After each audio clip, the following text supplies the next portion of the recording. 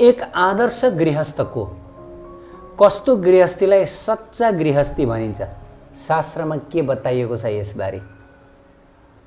शास्त्रमा बताइएको छ आदर्श गृहस्थ ऊ हो जसले आफूले आफूलाई गृहस्थी नै सोच्दैन।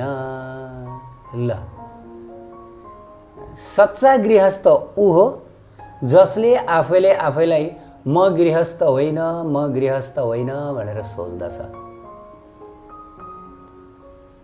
स्वयं चैतन्य महाप्रभुको उपदेशमा बताइएको छ नाहं विप्रो न च नरपतिर्नापि वैश्यो न शूद्रो नाहं वर्णी न च गृहपतिर्नो वनस्थो यतिर्वा किन्तु प्रद्यो निखिल परमानन्दपूर्णामृताब्धिर् गोपीर्भर्तुः पदकमलयोर्दास दासानुदास।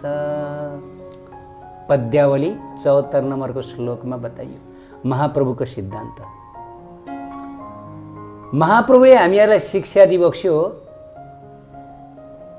न म ब्राह्मण हो न म क्षत्रिय हो न म वैश्य हो न म शूद्र हूँ न म गृहस्थी हूँ न म वानप्रस्थी हूँ न म सन्यासी हूँ न म ब्रह्मचारी हूँ। म को हूँ त? म गोपीहरूका भर्ता, गोपीहरूको अर्थात् यहाँ राधा रानी, राधा रानीका सेवक उनै श्याम सुन्दर श्री कृष्णको दासानुदास हुँ भनेर बताइयो। ल हेर्नुहोस् प्रिय भक्त भागवत, त एक सच्चा गृहस्थले आफूले आफूलाई सधैँभरि म त राधा रानीको दास हुँ दासी हुँ भनेर सोच्दछ, अरू केही नि सोच्दैन। अनि आफ्ना छोरछोरीहरूलाई के सोच्दछ? आफ्नी पत्नीलाई के सोच्दछ? यिनीहरू सबै राधा रानीले मलाई हेरचाह गर्नको लागि भनेर दिबक्सेको हो। म त यी सबैको हेरचाह गर्नेवाला हुँ, पाले हुँ भनेर सोच्दछ अरे। एक सच्चा गृहस्थले कहिले पनि यो सोच्दैन कि म यिनीहरूको मालिक हुँ, म यिनीहरूको भर्ता हुँ, रक्षक हुँ, म यिनीहरूको स्वामी हुँ भनेर कदापि सोच्दैन। सच्चा गृहस्थले म त यिनीहरूको पाले हुँ, राधा रानीले मलाई यति बेला पाले राख्नु भएको छ, बस मलाई जहिलेसम्म बाबु तिमीले पाले गर्नु है भनेर भन्नुहुन्छ तहिलेसम्म पालो बस्छु, त्यसपछि राधा रानीले जे आदेश गर्नुहुन्छ त्यही गर्छु। एक सच्चा गृहस्थले कहिले पनि आफूले आफूलाई गृहस्थी नै सोच्दैन। फलानु मेरो तिलानु मेरी कहिले पनि यो विचारै गर्दैन, कहिले पनि यो विचारै गर्दैन। उसले त सधैँभरि के विचार गर्दछ? मेरी पत्नी मेरी होइन राधा रानी की, मेरा छोरछोरी मेरा होइनन् राधा रानीका, यो जुन धन सम्पत्ति घरबार छ मेरो होइन राधा रानीको। केवल मुखले मात्र भन्ने होइन, अन्तर हृदयले नै यो कुरा महसुस गर्दछ, स्वीकार गर्दछ। त्यस कारणले गर्दाखेरि जब धन सम्पत्तिमा कुनै नोक्सानी हुन्छ त्यसपछि राधा रानीको धन राधा रानीले लिबक्स्यो, यसमा के नै नोक्सान भयो र? यस प्रकार सोच्दछ। कुनै पनि किसिमको नोक्सानी होस् अथवा उपलब्धि होस् त्यसबाट ऊ विचलित हुँदैन, हरदम उसको मन प्रभुको चरणमा लागिरहेको हुन्छ। हो यो हो सच्चा गृहस्थ। आफूले आफूलाई कदापि म गृहस्थ हुँ भनेर नसोच्नु नै सच्चा गृहस्थको लक्षण हो। त प्रिय भक्त भागवत, वास्तवमा यो संसारमा हामी कुनै पनि परिचयले युक्त छैनौँ। हाम्रो आत्मा यो संसारको हुँदै होइन। हाम्रो यो जुन आत्मा छ हामीभित्र पञ्च प्राणले घेरिएर बसेको आत्मा, यो आत्मा राधा कृष्णको हो। यो पञ्चभौतिक तत्त्व मन बुद्धि अहङ्कारसँग आत्माको कुनै पनि लेनदेनै छैन, स्पर्श धरि पनि गरेको छैन। आत्मा केवल द्रष्टा मात्र भएर बसेको छ। हेर्नुहोस् है, अब यो आत्मा ब्राह्मण हुने कुरा भएन, क्षत्रिय हुने कुरा भएन, वैश्य हुने कुरै भएन, शूद्र हुने कुरै भएन, गृहस्थ हुने कुरै भएन, ब्रह्मचारी सन्यासी वानप्रस्थी हुने केही कुरै भएन। किनभने एक त यो आत्मा यहाँकै होइन, आत्मा त राधा कृष्णको हो। अब यो शरीरको कुरो गरौँ। अब यो शरीर पनि ब्राह्मण हुने कुरै भएन, क्षत्रिय हुने कुरै भएन, वैश्य शूद्र गृहस्थ वानप्रस्थी सन्यासी हुने कुरै भएन। किन भन्दा यो शरीरको परिचय भनेको कि त माटो, कि त खरानी, कि त पशु पक्षीको विष्ठा। हामीले बार बार चर्चा गऱ्यौँ, जब यो शरीरलाई जमिनमा गाडिन्छ यो शरीर माटोमा परिणत हुन्छ, अनि जब यसलाई जलाइन्छ यो शरीर खरानी बन्दछ, अनि जब जङ्गलका गिद्ध स्याल लगायतका प्राणीहरूले खान्छन् यो शरीर उनीहरूको विष्ठा भएर निस्कन्छ। अब के यो शरीर जुन अलरेडी माटो खरानी विष्ठा हो, पदार्थको ढिस्को, अब यो ढिस्कोको कुनै परिचय हुन्छ त? यो ब्राह्मण हो, यो क्षत्रिय हो, यो वैश्य हो, यो सन्यासी हो, यो गृहस्थ हो, हुन्छ त? हुँदैन। न आत्माको परिचय भयो यो संसारको कुनै, न शरीरको यो संसारिक कुनै परिचय नै छ। शरीर त बस पदार्थको ढिस्को। अब यहाँ केलाई हामीहरूले चाहिँ ब्राह्मण भनेका छौँ, केलाई हामीहरूले गृहस्थ वानप्रस्थी सन्यासी त्यागी वैरागी ह्यान त्यान भनेका छौँ। केलाई भनेका छौँ त वास्तवमा? आत्मालाई भनेका छौँ भनेदेखि अब आत्मा यहाँको हुँदै होइन, आत्माको यो परिचय केही पनि छैन। शरीरलाई भनेको भने शरीर त भोलि माटो भएर जाने हो। अब केलाई भनेको त? त्यसकारणले गर्दा जब जीवात्मा यो संसारमा आउँदछ, यो संसारका अनेक उपाधिहरूले जेलिन्छ, बेरिन्छ, विविध किसिमका उपाधिहरू उसमा लाग्दछ। कहिले गृहस्थ बन्छ, ओहो म त गृहस्थी हुँ, ये घर परिवार मेरा हुन्, पत्नी मेरी हो, बालबच्चा मेरा हुन् भन्ने यो अहङ्कारमा त्यो आत्मा यो शरीरमा यसरी बन्धनमा पर्दछ कि यहाँबाट छुट्नै सक्दैन। अब यही संसारको 84को चक्करमा घुमिरहन्छ, आफ्नो कर्मफल भोगिरहन्छ। हेर्नुहोस् है, कारण किन? किनकि आफूले आफूलाई संसारको उपाधियुक्त बनायो। म गृहस्थी हुँ, म सन्यासी हुँ, यो सबै उपाधि हो। संसारको कुनै पनि परिचय हामीमा लागू हुनु हुँदैन यदि हामी भगवत प्राप्ति गर्न चाहन्छौँ भनेदेखि। म को हुँ भन्दा म राधा रानीको दास हुँ, दासी हुँ, बस मेरो परिचय यति हो। कसैले सोध्यो तपाईँ को? म राधा रानीको सेवक सेविका हुँ, बस यति मात्रै। यहाँभन्दा उता हाम्रो परिचयहरू केही पनि हुनुहुन्न। म को हुँ? म नेपाली हुँ, भारतीय हुँ, म अमेरिकी हुँ। जबसम्म यो परिचय रहन्छ, स्थूल परिचय रहन्छ, तबसम्म हामीले राधा रानीको चरण प्राप्त गर्न सक्दैनौँ, त्यो प्रेमधाम प्राप्त गर्न सक्दैनौँ। किन भन्दाखेरि यो संसारी कुराहरूमा ममत्वबोध हुने भयो, गृहस्थीमा ममत्वबोध हुने भयो, आफू जन्मेको देशप्रति ममत्वबोध हुने भयो, अनि त्यसपछि आफ्नो भौतिक उपाधिहरू ऐश्वर्यप्रति ममत्वबोध हुने भयो। जबसम्म भौतिक कुराहरूमा ममत्वबोध हुन्छ, नाशवान क्षणभङ्गुर वस्तुहरूप्रति ममत्व भनेको म मेरो, म मेरो, म हुँ, म मेरो मेरो मेरो मेरो मेरो मेरो हुन्छ, तबसम्म राधा रानीको चरण पाउनु गाह्रो छ, गाह्रो छ। त जीवनको एकमात्र उद्देश्य छिटोभन्दा छिटो यो संसारमा हरेक कुराप्रतिको ममत्वबोधबाट मुक्त हुनु हो। होइन होइन म गृहस्थी होइन, कसले भने म गृहस्थी? होइन होइन, म त राधा रानीको दासी हुँ, बस मेरो केही पनि छैन, सब कुछ राधा रानीको छ। त जब ब्रह्माजीले नारद मुनिलाई सृष्टि गर्नुभयो, यो सृष्टिको सुरुवातको समयको कुरो हो। सर्वप्रथम चतुर्क कुमारलाई सृष्टि गर्नुभयो। चतुर्क कुमारलाई भन्नुभयो, बाबु ल अब मलाई संसारमा सृष्टि विस्तारको लागि हेल्प सहायता गर्नु तिमीहरूले भनेर। सनक सनन्दन सनातन सनत कुमार उहाँहरूले भन्नुभयो कि हे पिताश्री, हामी त राधाकृष्णको भक्तिमा लाग्न चाहन्छौँ, यो संसार सागरमा डुब्न चाहँदैनौँ, यो बिहे गर्ने घरबार बसाल्ने यो झमेलामा यो मायामा हामी फस्न चाहँदैनौँ, हामी राधाकृष्णको भक्तिमा लाग्न चाहन्छौँ, त्यसैमा आनन्द छ, हामीलाई बरु त्यसैमा आशीर्वाद दिनुहोस् भनेर उहाँहरूले भन्नुभयो। त्यसपछि ब्रह्माजीले मेरो आदेश उल्लङ्घन गर्ने भनेर चतुर्क कुमार आफ्नै छोराहरूलाई श्राप दिनुभयो कि तिम्रो 5 वर्षबाट ठुलो कहिले पनि नहुनु, सधैँ 5 वर्षकै रहनु। त्यही भएर चतुर्क कुमारलाई हामीहरूले 5 वर्षको देख्दछौँ तस्विरमा है, 5 वर्षमा सधैँ 5 वर्ष, जबकि उहाँहरू यो सृष्टिका प्रथम सृजित व्यक्तित्वहरू हुनुहुन्छ, तर पनि 5 वर्षका बालक हुन तयार हुनुभयो।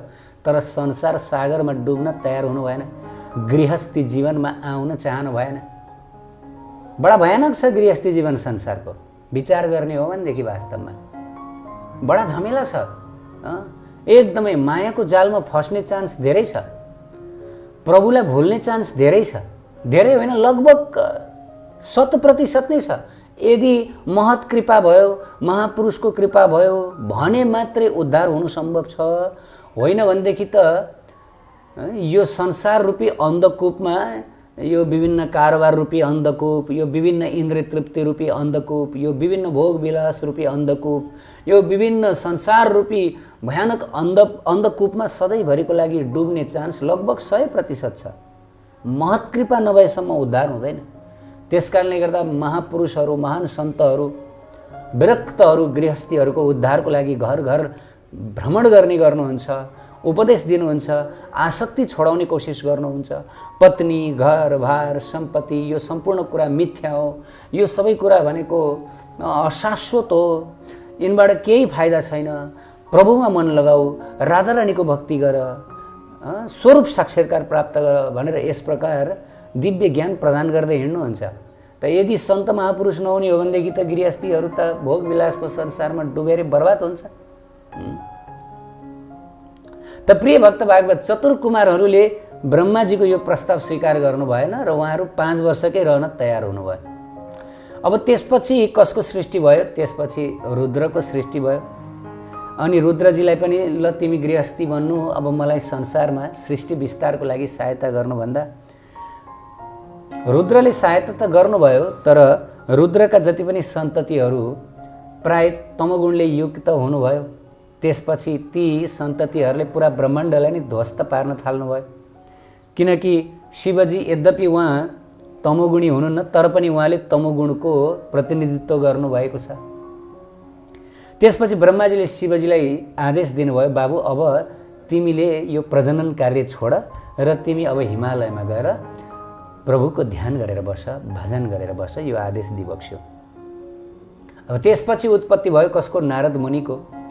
अब नारद मुनिलाई आदेश दिनुभयो, बाबु नारद अब तिमीले मलाई सृष्टि विस्तारमा सहायता गर्नु, विवाह गर्नु र सृष्टि कार्यमा मलाई हेल्प गर्नु।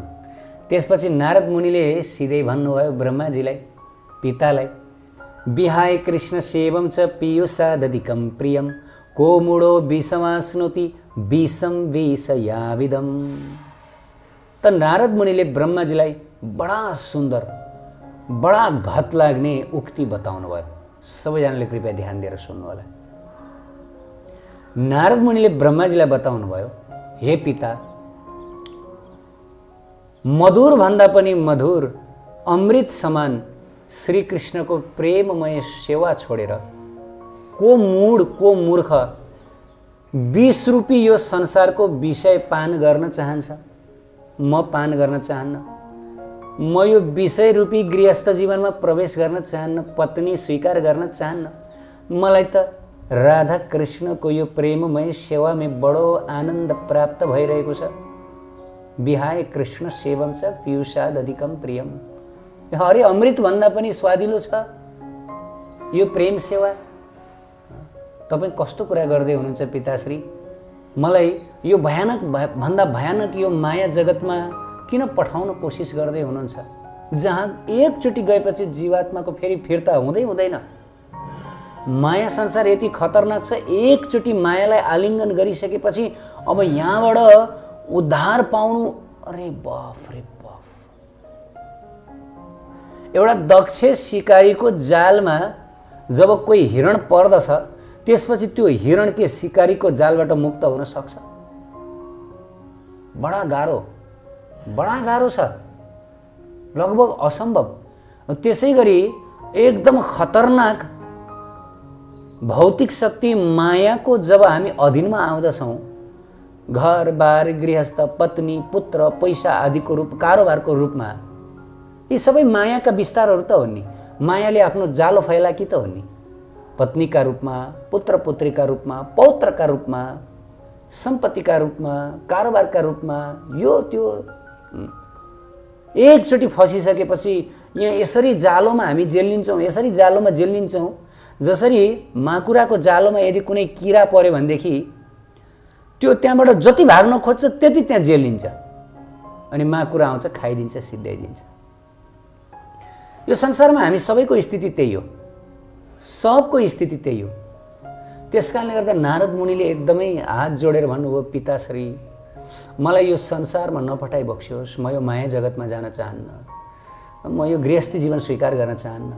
त्यसपछि पिताश्री अत्यन्त क्रुद्ध हुनुभयो। अरे मूढ, उहाँलाई रिस उठ्यो। किन भन्दाखेरि पहिला छोराहरूले पनि राधाकृष्णको भक्ति गर्छु भनेर हिँड्नुभयो अनि दोस्रो छोरोले पनि खासमा सृष्टि कार्य सृष्टि विस्तारमा सहायता गर्नु भएन। अब तेस्रो छोरोले गर्ला कि भनेर भन्ठानेको तेस्रो छोरोले त झन् सिधै भन्थ्यो म गर्दिनँ। त्यसपछि श्राप दिनुभयो नारद मुनिलाई, श्राप दिनुभयो। पछि उपवरण भएर जन्मनु भयो, पछि दासी पुत्र भएर जन्मनु भयो। हेर्नुहोस्, बरु श्राप स्वीकार गर्न तयार हुनुभयो तर संसारमा गृहस्थी जीवन पत्नी स्वीकार गर्न तयार हुनु भएन नारद मुनिलाई। हेर्नुहोस्, यो ब्रह्मवैवर्त पुराणको प्रसङ्ग हो, ब्रह्मवैवर्त पुराणको प्रसङ्ग हो। सिक्नुपर्छ हामीहरूले यसबाट। त यो संसार भनेको मायाको जाल हो।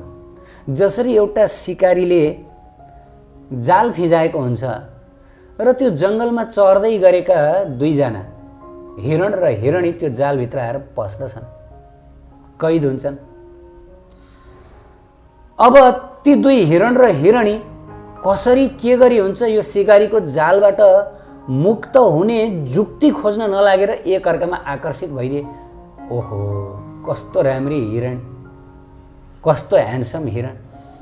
एक अर्कामा प्रेम भयो, प्रेम त होइन, एक अर्कामा माया भयो, आसक्ति भयो। अनि त्यतिकैमा विवाह भयो, त्यतिकैमा छोरछोरी भए, त्यतिकैमा त्यहाँ यसो के बन्यो, खोर बन्यो। हाम्रो भएको त्यही हो संसारमा स्थिति। हामीहरू सब त्यो हिरण र हिरणी जस्तै संसारमा चर्न भनेर आएका हौँ। यहाँ मायाले जाल बिछाइरह्यो कि हामी झ्वाम्ल्याङ्ग पर्यौँ। अनि परेर के भयो, त्यसपछि एउटा सिकारीको जालमा परेको हिरण अर्को सिकारीकै जालमा परेकी हिरणीसँग आकर्षित भयो। त्यसपछि अनि अरू ससाना हिरणीहरू पैदा भए। अनि त्यहाँ त्यसपछि खोर बनाएर त्यो सिकारीको जालभित्रै हामी रमाएर बस्यौँ। हामीहरूले यो भुल्यौँ कि अब एकछिनमा सिकारी आउँछ, सिकारी आएर हामीहरूलाई यहाँबाट लिएर जान्छ र च्वाट्ट पारेर काट्छ। त्यो भुल्यौँ हामीहरूले। कसरी हुन्छ, के गरी हुन्छ, त्यो सिकारीको जालभित्रै रमाएर बसौँ भनेर उपाय खोजेर हामी व्यस्त छौँ, हो कि होइन? हाम्रो स्थिति त्यो छ नि। संसारमा हामी हेरौँ त, संसारमा हामी हेरौँ त सबैतिर यही छ। कसरी हुन्छ यो माया जगतमै रमाएर बसौँ, घरबार पत्नी सम्पत्ति यो त्यो कारोबार व्यवहार संसार चलाउन यही व्यस्त रहौँ, यसैमा रमाउँ बस।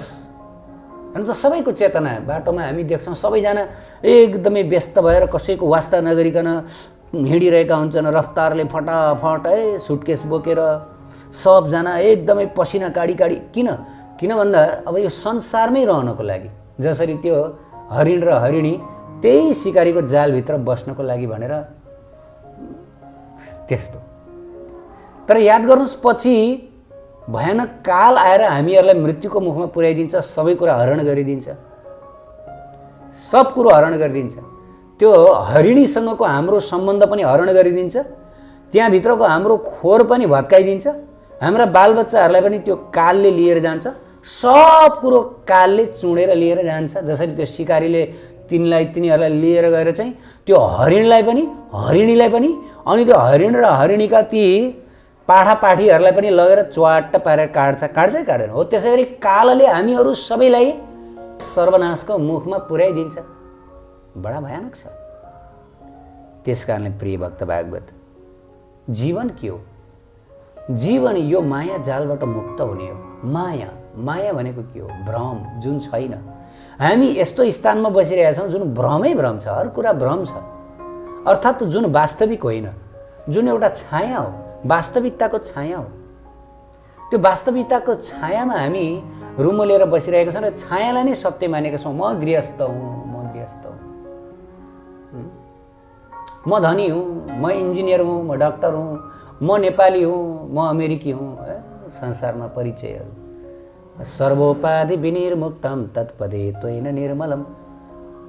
सम्पूर्ण उपाधि, संसारको हरेक परिचयबाट आफूले आफूलाई मुक्त गराएर म केवल राधा रानीको दासी हुँ, किङ्क्री हुँ, सेविका हुँ, उहाँको सुख सम्पादनको लागि हुँ। मेरो वासस्थान यो होइन।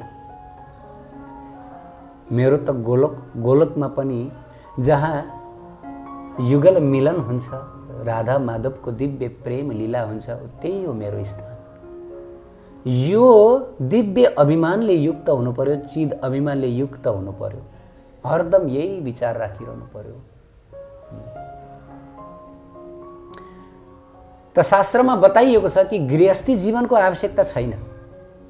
जसरी एउटा शुद्ध जल, त्यो जलमा हिलो मिसिन्छ, माटो मिसिन्छ, फोहोर मैलो मिसिन्छ र पछि गएर त्यो शुद्ध जलको अस्तित्व नै हराउँदछ, नालीमा परिणत हुन्छ, हो कि होइन? सुरुमा त शुद्ध जल थियो नि, तर पछि नाली भयो। हाम्रो स्थिति पनि त्यही हो। हामी पनि यो संसारका अनेक अनेक उपाधि, अनेक अनेक अनेक यी होइन विविध किसिमका मैलो, हिलो, माटो, धुलोले युक्त भएका छौँ। म गृहस्थी, म सन्यासी, म छोरा, म छोरी, यी सबै हिला मैलाहरू हुन्। हाम्रो शुद्ध आत्मा, पानी जस्तो कञ्चन आत्मा, त्यो आत्मा यो संसारको हिलो मैलोले यति लतपतियो, यति लतपतियो। हेर्नुहोस् त जुन दिन हामी सम्पूर्ण हिलो मैलोबाट मुक्त भएर जस्तो त्यो सङ्लो पानी त्यस्तै भयौँ, तब प्रभुले हामीलाई स्वीकार गरी बक्सिन्छ, राधा रानीले स्वीकार गरी बक्सिन्छ। हामी सङ्लो भयौँ नि। हिलो पानी कसैले खान चाहन्छ? नालीको पानी कसैले खान चाहन्छ? खान चाहँदैन। तर पनि कत्रो कृपा, हेर्नुहोस् त, हामी नाली भयौँ, तर यो नालीलाई फिल्टर गरेर, डिस्टिल गरेर पनि राधा रानीले स्वीकार गरी बक्स्यो। स्वीकार नगर्नुपर्ने हो नि, तर स्वीकार गरी बक्स्यो। यो उहाँको दया हो, यो उहाँको कृपा हो। अरे आफूले आफूलाई शुद्ध त गर्न अब लागौँ, परिशोधन त गर्नतर्फ लागौँ। त्यो परिशोधन गर्ने सबभन्दा उत्तम उपाय के हो? गोपीर भर्तु पदकमलयो र दास दासानु दास। सधैँभरि आफूले आफूलाई राधा रानीको सोच्नु। म राधा रानीको हुँ, म राधा रानीको हुँ, राधा माधवको हुँ। म कसैको होइन, नै म कसैको होइन। मेरो कसैसँग केही सम्बन्ध छैन, केही लिनु दिनु छैन। अरे केही छैन। मेरो त दशा हो, यो मेरो अशुद्ध स्थिति हो कि म यो संसारमा म उसको छु, ऊ मेरो छ। मेरो कोही छैन। मेरो त बस राधा रानी, बस राधा रानी, बस राधा रानी। अब के गर्ने त? सब कुरो चटक्क छोडेर जाने? त्यो पनि होइन। बस मलाई नोकर बनाउनु भएको छ राधा रानीले, गार्ड बनाउनु भएको छ। जहिलेसम्म उहाँले चाहि बक्सिन्छ, म आफ्नो कर्तव्य गर्छु, गार्ड बस्छु। गार्डले के गर्दछ? आफ्नो कर्तव्य गर्छ, तर आफ्नो काम गरेर बस्दछ। हेरचाह गर्ने आफ्नो ड्युटी, बस ड्युटी। ठिक छ, देऊ पत्नी, जो पत्नी बनेर आइन्, देऊ उसलाई, सेवा गर। बस बालबच्चाहरूलाई पनि देऊ, उनीहरूलाई पढाउने, लेखाउने, हेरचाह गर्ने गर। तर हृदयमा भने सधैँभरि व्याकुल बन। कहिले म कृपामय, म प्रेममय, मेरो आत्माको स्वामिनी राधा रानीसँग भेट्न पाउँछु, उहाँको दर्शन पाउँछु। म त्यो प्रेम राज्यमा कहिले जान पाउँछु? हरदम छटपटाहट भित्रबाट, बाहिरबाट गर्नु। पत्नीको पनि हेरचाह गर्नु, बालबच्चाको पनि हेरचाह गर्नु, घर चलाएको जस्तो पनि गर्नु, तर भित्रबाट भने उकुस मुकुस। कृपा गरी बक्सिन्छ करुणामयले। उत्कृष्ट आध्यात्मिक जानकारीहरूका लागि नेपालकै पहिलो शुद्ध आध्यात्मिक च्यानल टिभी लजिकल कृष्णलाई सब्स्क्राइब गर्न नभुल्नुहोला र हरेक अपडेट्सका लागि यो बेल आइकन पनि दबाइदिनुहोला।